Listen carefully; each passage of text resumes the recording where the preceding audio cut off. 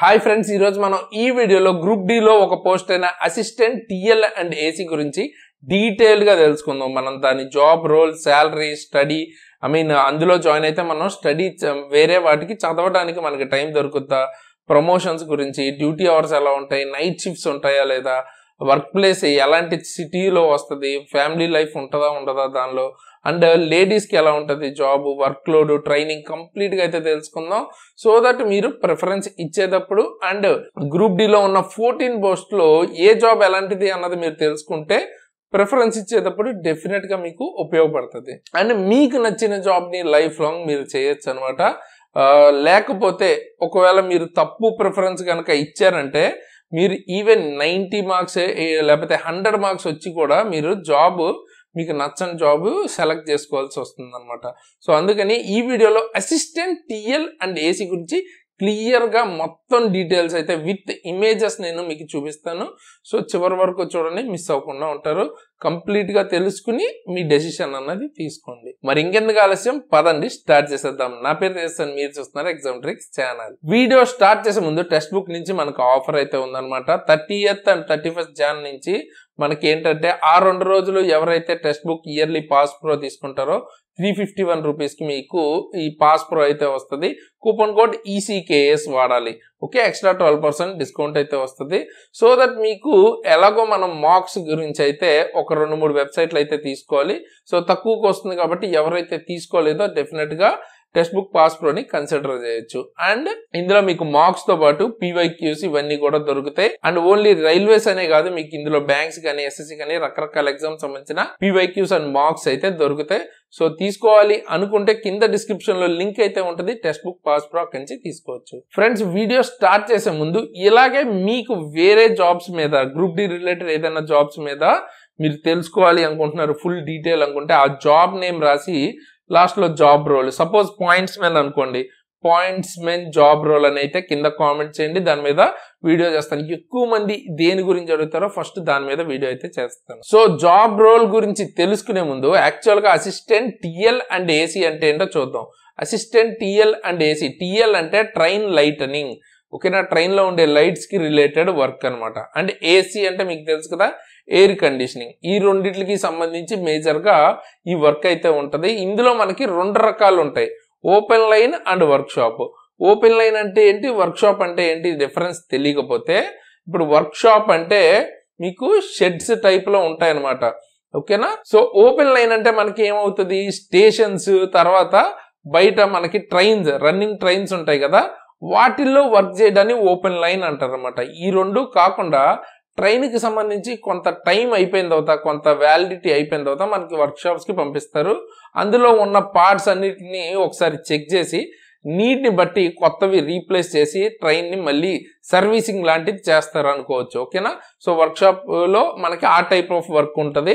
And open line అంటే మనకి trains లో వర్క్ కానీ లేకపోతే స్టేషన్ లో వర్క్ కానీ, సో ఇవన్నీ ఓపెన్ లైన్ లోకి వస్తాయి, ఓకేనా.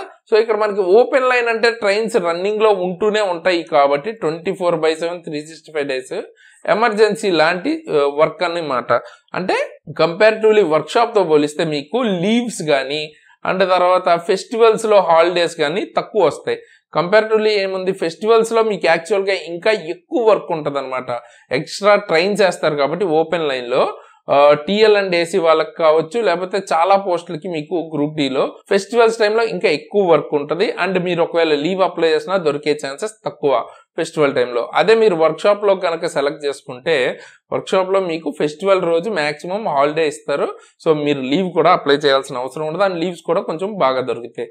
సో ఆ డిఫరెన్స్ అర్థమైతే ఒక్కొక్క దాని గురించి మనం మాట్లాడుకుందాం. ఫస్ట్ మనం జాబ్ రోల్ గురించి మాట్లాడుకుందాం, ఓకేనా. జాబ్ రోల్ లో ముఖ్యంగా చెప్పాను కదా, ఇక్కడ మీకు లైట్స్ కనబడుతున్నాయా, ట్రైన్ లో ఉండే లైట్స్ రిలేటెడ్. అండ్ తర్వాత ఏసీ, లైట్స్ ఏసీ అనే కాదు, ఇది మీకు కంపారిటివ్లీ ఏంటంటే ఇది మీకు ఎలక్ట్రికల్ డిపార్ట్మెంట్ లోకి వస్తుంది, ఓకేనా. సో ఇందులో మీకు పోస్టింగ్ వర్క్ షాప్ కాకుండా ఓపెన్ లైన్ లో కనుక వస్తే ఎక్కడెక్కడ రావచ్చు అంటే మీకు స్టేషన్ లో వర్క్ ఉండొచ్చు, ఓకే, లేకపోతే ట్రైన్ లో కూడా వర్క్ ఉండొచ్చు, ఓకేనా. తర్వాత మీకు ఇందులో సిక్ లైన్ అని ఉంటుంది, సిక్ లైన్ అన్ని డీటెయిల్ గా చెప్తాను. సిక్ లైన్ లో కూడా వర్క్ రావచ్చు, లేదా వాషింగ్ పిట్స్ అని ఉంటాయి, అక్కడ కూడా వర్క్ రావచ్చు. ఇన్ ద సెన్స్ వాటిల్లో ఒక్కొక్క దగ్గర మీరు వర్క్ చేసే ఛాన్స్ రావచ్చు, ఓకేనా.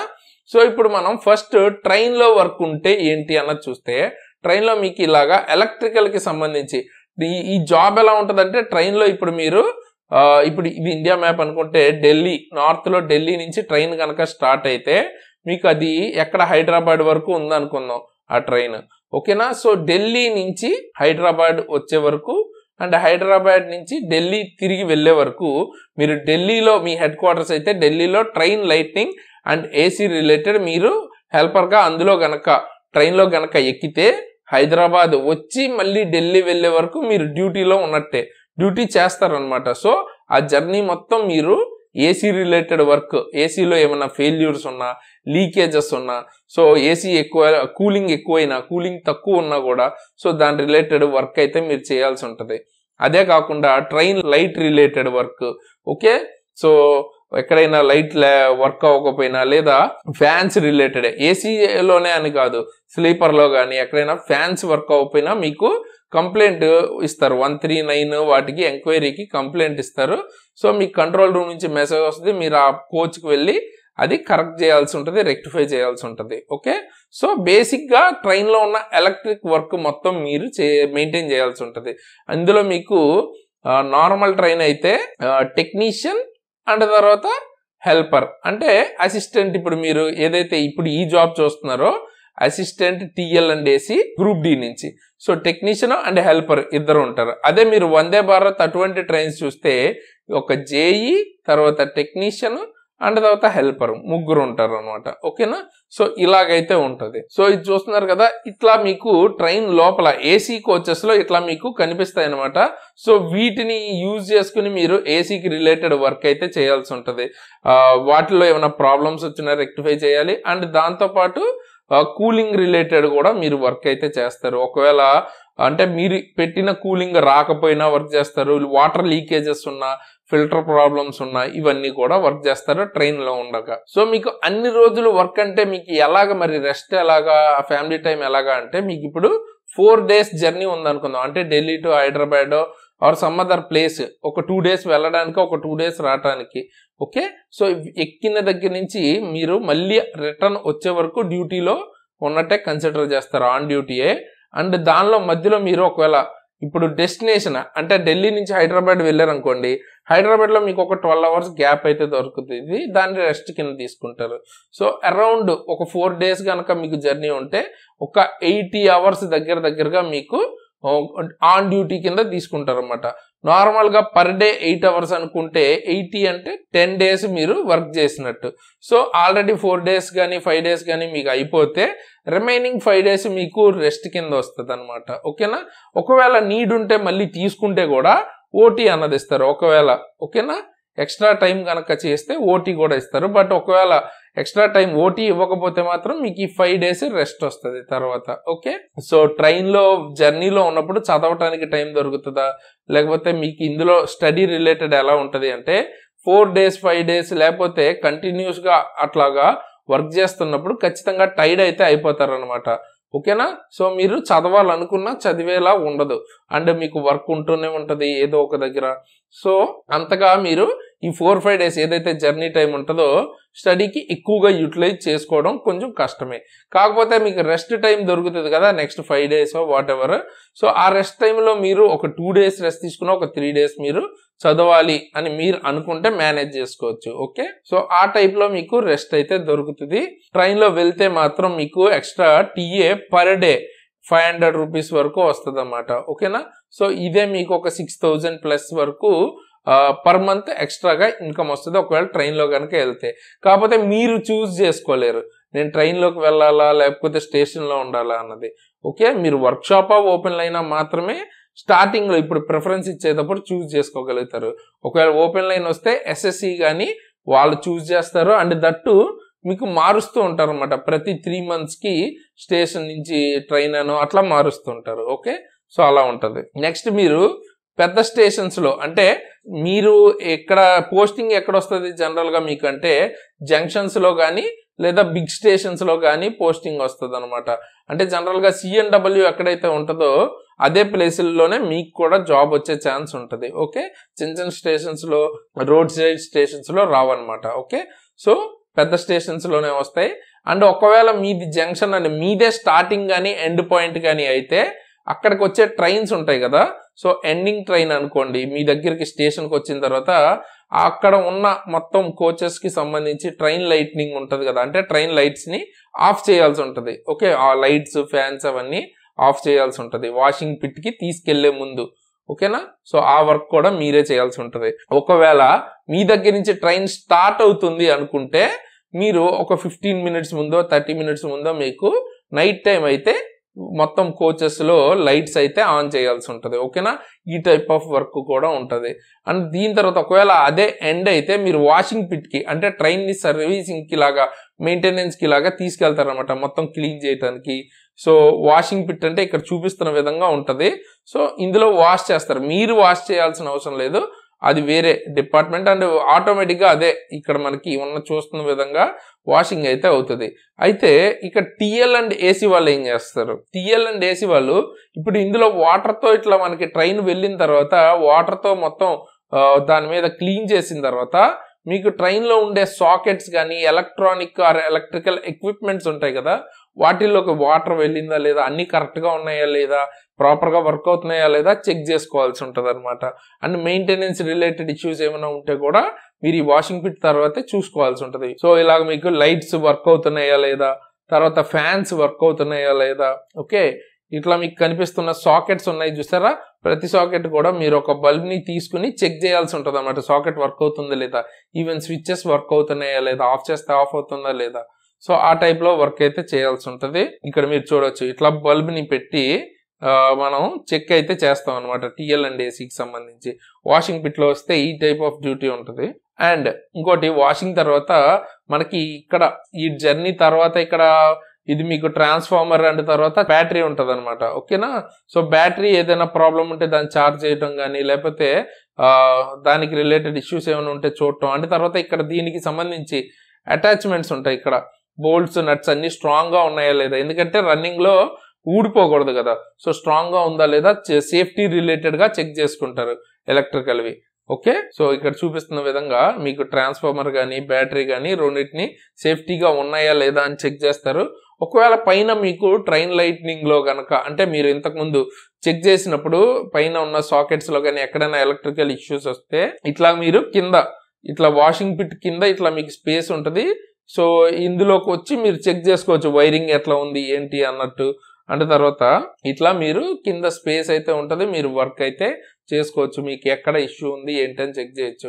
అయితే ఇది వాషింగ్ పిట్లో కానీ లేకపోతే రన్నింగ్ ట్రైన్లో ఉన్నప్పుడు కానీ మనం చెక్ చేసినప్పుడు అంటే టెక్నీషియన్ చెక్ చేస్తారు కదా, సో అది కూడా సాల్వ్ అవ్వకపోతే జేఈ చూస్తారు. జేఈ చూసాక కూడా సాల్వ్ అవ్వలేదంటే మీకు దాన్ని సిక్ కింద చెప్తారన్నమాట, ఆ కోచ్ని సిక్ కింద డిక్లేర్ చేస్తారు. సో అది అప్పుడు సిక్ లేన్ అని ఉంటుంది, సిక్ లేన్కి తీసుకొస్తారు అనమాట. ఓకే, సిక్ లేన్కి తీసుకొస్తే అక్కడ మనం ప్రాపర్గా ఇంకా టైం తీసుకుని చెక్ చేసుకోవచ్చు. ఓకే, ప్రతిదీ కూడా చెక్ చేసుకుంటారు అనమాట, వర్క్షాప్ లాగే ఇండివిజువల్గా ఒక్కొక్కటి ఎక్కడ ఏంటి ప్రాబ్లం అన్నది చెక్ చేసుకుంటారు. సో సిక్ లేన్ వాటిల్లో ఏంటంటే మీకు ఎమర్జెన్సీ లాంటిది కాబట్టి నైట్స్ కూడా వర్క్ ఉండే ఛాన్స్ ఉంది. వాషింగ్ పిట్ వాటిల్లో జనరల్గా మీకు కొంచెం డే షిఫ్ట్ ఉండొచ్చు అండ్ మోస్ట్ ప్రాబబ్లీ మీకు షిఫ్ట్ వైజ్ ఉంటుంది, 8 అవర్స్ కింద షిఫ్ట్ వైజ్ ఉంటుంది అనమాట. సో కొన్నిసార్లు మీరు నైట్ కూడా చేయాల్సి రావచ్చు ఓపెన్ లైన్లో అయితే పర్టికులర్గా. అదే మీరు వర్క్షాప్లో చేస్తే మోస్ట్లీ ఏంటంటే టిఎల్ అండ్ ఏసీ వాళ్ళకి జనరల్గా అయితే డే ఉండే ఛాన్స్ ఎక్కువ ఉంది. ఒకవేళ షిఫ్ట్స్ ఉన్న వర్క్షాప్ అయితే మీకు షిఫ్ట్ బేసిస్ కూడా ఉండొచ్చు. ఇదే కాకుండా ట్రైన్ మీ స్టేషన్లోనే స్టార్ట్ అవ్వకపోయినా లేకపోతే మీ స్టేషన్లోనే ఎండ్ అవ్వకపోయినా కూడా త్రూ ఉండే ట్రైన్స్ కూడా ఒకవేళ ఏదైనా ప్రాబ్లం ఉంది అంటే మీ దగ్గర ట్రైన్ లైట్నింగ్ స్టాఫ్ ఉన్నారు అన్నప్పుడు టీసీ కానీ లేకపోతే గార్డ్ కానీ కంట్రోల్కి ఇన్ఫార్మ్ చేస్తారు ఆర్ స్టేషన్ మాస్టర్కి ఇన్ఫార్మ్ చేస్తారు. సో స్టేషన్ మాస్టర్ మనకి అనౌన్స్ చేస్తారు on duty TL and AC వాళ్ళు దీన్ని అటెండ్ అవ్వండి అని. సో అప్పుడు మీరు వెళ్ళి గూడ్స్ గార్డ్ని కనుక్కుని ఏ కోచ్ ఏంటి అని కనుక్కుని అక్కడ రెక్టిఫై చేయాల్సి ఉంటుంది అనమాట వర్క్. సో వర్క్ అయితే అలా ఉంటుంది. అండ్ దాంతోపాటు మీకు ఎల్హెచ్బి కోచెస్ కొత్తగా వస్తున్న కోచెస్ మనకి ఇట్లాగా కపుల్లర్ అంటారు అనమాట. సో ఇలాగైతే ఉంటుంది. దీని త్రూనే మనం ఎలక్ట్రిక్ సప్లై అన్నది ఇస్తాం. 2 కోచెస్ ఉన్నాయంటే 2 కోచెస్కి ఇక్కడ ఉన్నది జాయిన్ చేస్తారు అనమాట. ఓకేనా, సో పక్క కోచ్కి, సో దట్ ఎలక్ట్రిక్ సప్లై అన్నది పాస్ ఆన్ అవుతుంది పక్క కోచ్కి కూడా. ఓకే, సో అలా సప్లై అయితే ఇస్తాం అనమాట. ఒకవేళ ఏదైనా సిక్ ఉంది అంటే ఏదైనా కోచ్ని సిక్ కింద డిక్లేర్ చేస్తే ఈ కప్లర్ మధ్యలో ఉన్నదాన్ని రిమూవ్ చేసి ఇట్లా మళ్ళీ దీనిలోకి అయితే ఇన్సర్ట్ చేసేయాల్సి ఉంటుంది. అది కూడా ట్రైన్ లైట్నింగ్ వాళ్ళదే ఓకే వర్క్ అన్నది. సో చూస్తున్నారు కదా ఇట్లా ఉంటది అనమాట వర్క్ అన్నది. సో ఇక్కడ మీరు ఈ క్యాప్ ఉంది చూసారా, ఈ క్యాప్ ను ఓపెన్ చేసి దీన్ని రిమూవ్ చేసి మీరు కనెక్ట్ చేయాలంటే కనెక్ట్ చేయొచ్చు, లేదా ఆల్రెడీ కనెక్ట్ అయి ఉందంటే రిమూవ్ చేసి దీనికి అటాచ్ చేయొచ్చు. ఓకే, సో అక్కడ వర్క్ ని బట్టి లోపల మీకు ఎలక్ట్రిక్ సప్లై పాస్ అవడానికి ఇట్లాగా ఉంటది అనమాట. ఓకేనా, సో కప్లర్కి వచ్చేటప్పటికి ఇలా ఉంటది. సో జాబ్ రోల్ చూసుకుంటే ఇలా ఉంటది మనకి బేసిక్. అండ్ శాలరీ గురించి మాట్లాడితే ముఖ్యంగా ఇప్పుడు మీరు ఓపెన్ లైన్ లో ఒకవేళ ట్రైన్ లో వెళ్తే ఎక్స్ట్రాగా మీకు ఒక 6,000 to 8,000 మనీ కూడా ఎక్స్ట్రా వస్తుంది అనమాట. ఎందుకంటే టీఏ కానీ కొన్నిసార్లు ఓటీ కూడా రావచ్చు, అప్పుడు మీకు ఇంకా ఎక్కువ శాలరీ కూడా వస్తుంది. సో నార్మల్ గా మీకు వర్క్ షాప్ లో చేస్తే ఎక్స్ట్రాగా ఏంటంటే ఇన్సెంటివ్ అని ఇస్తారు వర్క్ షాప్ లో. ఓకేనా, సో మనకి ఇన్సెంటివ్ అన్నది ఒక 4K దాకా ఉంటది అనమాట. ఓకేనా, సో కొంచెం డిఫరెన్స్ అయితే ట్రైన్ లో వెళ్ళే వాళ్ళకి ఎక్కువ ఇన్కమ్ అయితే వస్తుంది. అరౌండ్ మనకి చూసుకుంటే 37 to 42 అయితే ఎక్స్పెక్ట్ చేయొచ్చు అనమాట. ఓకేనా, సో అంత శాలరీ 42,000 వరకు వస్తుంది అనమాట. ఇంకా ఎక్కువ వచ్చే వాళ్ళు కూడా ఉంటారు, కొంతమంది 50K 60K వచ్చే వాళ్ళు కూడా ఉంటారు ఓటీ అండ్ తర్వాత టీఏని బట్టి. ఓకే, అంటే అది కూడా మీకు స్టార్టింగ్, తర్వాత వెళ్ళే కొద్దీ ఇంకా పెరుగుతుంది. అండ్ స్టడీ టైం గురించి ట్రైన్లో వెళ్ళే వాళ్ళకైతే రెస్ట్ టైంలో చదువుకోవడానికి టైం దొరుకుతుంది, వర్క్ షాప్ లో చేసే వాళ్ళకి కూడా ఖచ్చితంగా చదువుకోవడానికి టైం దొరుకుతుంది. అండ్ స్టేషన్ లో వర్క్ చేసే వాళ్ళు మీరు మేనేజ్ చేసుకుంటే టైం అయితే దొరుకుతుంది. ఎందుకంటే ఈవెన్ ట్రాక్ మెయింటైనర్ వాళ్ళు కూడా మనకి చదువుకోవడానికి ఎంతో కొంత టైం అయితే మేనేజ్ చేసుకుంటున్నారు. ఓకేనా, సో వాళ్ళకన్నా ఖచ్చితంగా అంత టఫ్ జాబ్ అయితే కాదు. అంటే టఫ్ ఇన్ ద సెన్స్ మరీ hard work type of job అయితే కాదు. ఓకే, సో మేనేజ్ చేసుకుంటే మీకు చదువుకోవడానికి టైం అయితే దొరుకుతుంది. ప్రమోషన్స్ ఎలా ఉంటాయో చూద్దాం. సో ప్రమోషన్స్ గురించి మాట్లాడుకుంటే మీరు ఇనీషియల్ గా అసిస్టెంట్ టిఎల్ అండ్ ఏసీ అని గనక జాయిన్ అయితే వర్క్ షాప్ అయినా లేకపోతే నార్మల్ గా ఓపెన్ లైన్ అయినా కూడా జాయిన్ అయినా కొన్ని ఇయర్స్ అంటే కనీసం 8 years ఎక్స్పెక్ట్ చేయొచ్చు. నెక్స్ట్ ప్రమోషన్ మీకు జాయిన్ అయిన తర్వాత టెక్నీషియన్ గ్రేడ్ 3కి అయితే ప్రమోషన్ వస్తుంది. అండ్ తర్వాత టెక్నీషియన్ గ్రేడ్ 2 ఉంటది. ఓకే, అండ్ దాని తర్వాత మీకు చూసుకుంటే టెక్నీషియన్ గ్రేడ్ 1 అవుతారు అనమాట. అయితే అసిస్టెంట్ అంటే group D or helper post నుంచి లెవెల్ 1 పోస్ట్ నుంచి టెక్నీషియన్ గ్రేడ్ 3 అవ్వటానికి చాలా టైం పడుతుంది. కొన్నిసార్లు 8 years అవ్వచ్చు, కొన్నిసార్లు 10, 12 కూడా అయిన వాళ్ళు కూడా ఉంటారు. కొంతమందికి ఫాస్ట్ గా కూడా వస్తుంది, డిపెండ్స్ ఆన్ ద వేకెన్సీ అనమాట. సో చెప్పలేం, జనరల్ గా ఆ డివిజన్ మీకు వచ్చిన దాన్ని బట్టి ఉంటుంది, అక్కడ ఉన్న వేకెన్సీ బట్టి. సో 8 years కూడా పట్టొచ్చు. నెక్స్ట్ టెక్నీషియన్ 2కి వెళ్ళడానికి 3-4 years పడుతుంది. అలాగే 2 to 1 కూడా 3-4 years అయితే పడుతుంది. దాని తర్వాత మీకు ఎంసీఎం ఉంటది అనమాట. ఎంసీఎం అవ్వాలంటే మీకు 4 to 5 years అయితే పడుతుంది అనమాట. ఓకే, ఎక్కువ కూడా పట్టచ్చు, జనరల్ గా అయితే అలా పడుతుంది. ఓకే, దీని తర్వాత మీరు కావాలి అనుకుంటే ఈవెన్ టెక్నీషియన్ గ్రేడ్ 3 వచ్చాకే మీరు 3 years లో ఎల్డిసి అయితే రాయొచ్చు అనమాట. ఎల్డిసి అంటే ఓన్లీ మీ ఎలక్ట్రికల్ డిపార్ట్మెంట్ వాళ్ళు మాత్రమే రాయగలుగుతారు ఆ పోస్టులకి, వితౌట్ ఈవెన్ డిప్లొమా కూడా లేకపోయినా కూడా రాయొచ్చు. ఓకే, సో జేఈ అటువంటి పోస్టులకి మీరు రాసుకోవడానికి ఉంటుంది. అదే జీడీసీఈకి అయితే మీరు స్ట్రైట్ అవే ఎలిజిబుల్ ఉంటారు. మీరు ప్రిపేర్ అయ్యి మీకు టాలెంట్ బాగానే ఉంది అనుకుంటే స్టార్టింగ్ లోనే మీరు జాబ్ చేంజ్ అవ్వచ్చు. లెవెల్ 5 కావచ్చు, 4 కావచ్చు, ఎన్టీపీసీ రిలేటెడ్ జాబ్స్ లోకి కానీ, స్టేషన్ మాస్టర్ కానీ, జీడీసీలో ఏ జాబ్ లోకైనా మారచ్చు అనమాట, జేఈ కానీ. ఓకే, ఎల్డీసీకి మాత్రం 3 years లిమిట్ అయితే ఉంటది. అండ్ మీకు మినిమం టెక్నీషియన్ లో 3 years అయితే చేయాల్సి ఉంటది. అలాగే వీటి తర్వాత ఎగ్జామ్ రాసుకుని మీరు జేఈ అయితే అవ్వచ్చు.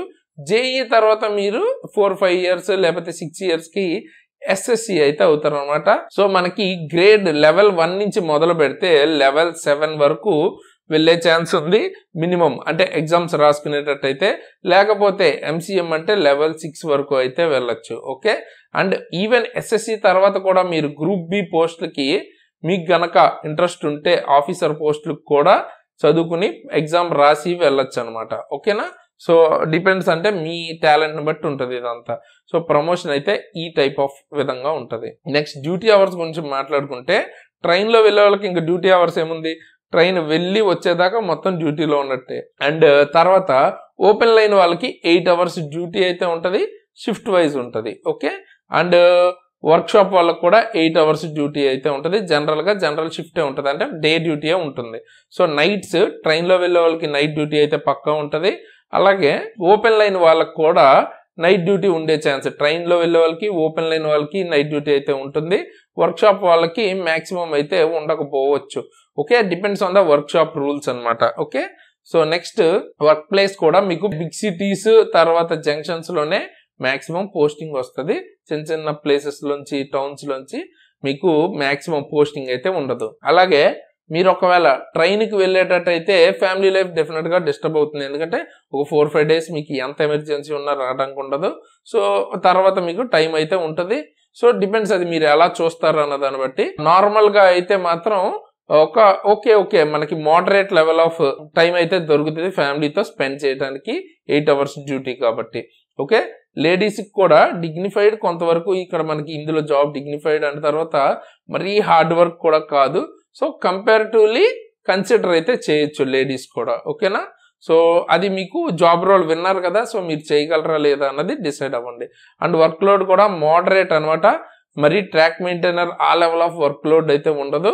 సో మీకు డీసెంట్ నాలెడ్జ్ ఉంటే ఈజీగా చేసుకోవచ్చు. Okay, moderate level of work load అని అయితే అనుకోవచ్చు. అండ్ ట్రైనింగ్ గురించి మాట్లాడితే దీనికి పర్టికులర్ గా ట్రైనింగ్ ఏమి ఉండదు అనమాట. టెక్నీషియన్ అండర్లో మీరు చూసి ఎక్స్పీరియన్స్ తో నేర్చుకుని ఆటోమేటిక్ గా నేర్చుకున్న దాన్ని యూజ్ చేయటం అనమాట, అంతే.